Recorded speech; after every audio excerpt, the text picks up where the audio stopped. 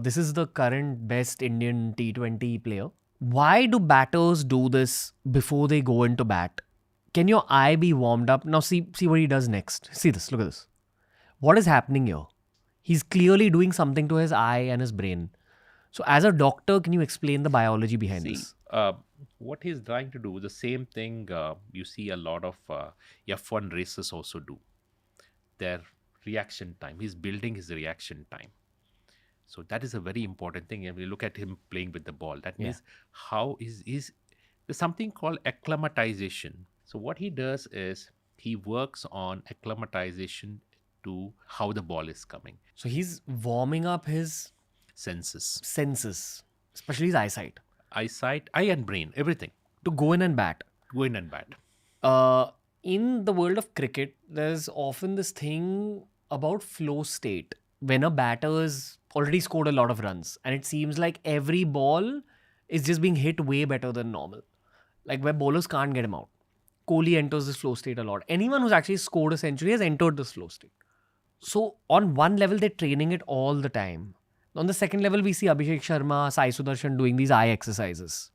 What's happening at this third level, where they've entered the flow state? Has time actually become slow?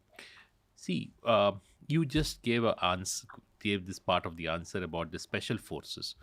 Why do they see well in the dark? Is not because they are different aliens with us. They see better in the dark because they have been tuned to that. They have acclimatized to that.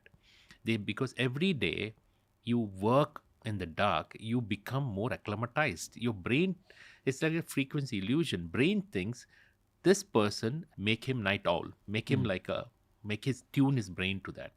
So it's not better. It's just that impulses go faster. So after some time, you feel that it's not going to this brain. It's a spinal cord. The ball comes here. It doesn't need the brain to react. He knows he can go back and the ball can go back. Body just does its own thing. Yes. The one fascinating medical insight I've gained from you is that your eyes can be used to train your brain. Absolutely. Okay, there is a spiritual / motivational concept called power of visualization. Yes. We have to speak about what the third eye even means according to an eye doctor. The third eye, according to an eye doctor, is a sensation other than just visualization. Seeing is what the eye does. Visualize is what it needs the brain to do. So when you see visualization, it adds colors to it. It adds form to it. It adds emotion to it. It adds anger, feelings, everything to it. But that's why the inner eye is about visualization. You mentioned about, visualize. People can visualize you becoming the greatest footballer or the greatest podcaster ever in the history of the world. It's about how you keep reinforcing that into your brain. Again, I'm bringing in some biology, please correct me. Dr. Sid Warrior, who's a famed neuroscientist as well as a neurologist. He's been on the show repeatedly. We did an entire episode on evolution and where we are currently in the evolutionary timeline. So he spoke about the frontmost part of the brain. He said that the responsibility of that part of the brain, which is physically at the front, is related to your sense of visualization. Yes, there are visual centers, the visual association centers, visual connecting centers. So every part of the brain has some connect to all the centers. The visual centers goes in the occipital cortex, which is in the back. But what you sometimes, you have dreams, you hallucinate, you visualize things. Then you have frontal, temporal, and all this cortex.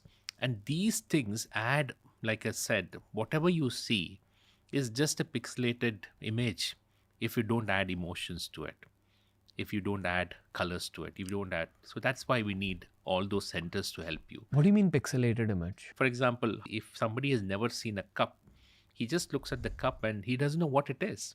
Some other center in the brain has to tell the brain, whatever you're seeing is a cup. And this is how you hold it. And that is why vision is not just about seeing, it's about the complex things which happen. Thank you.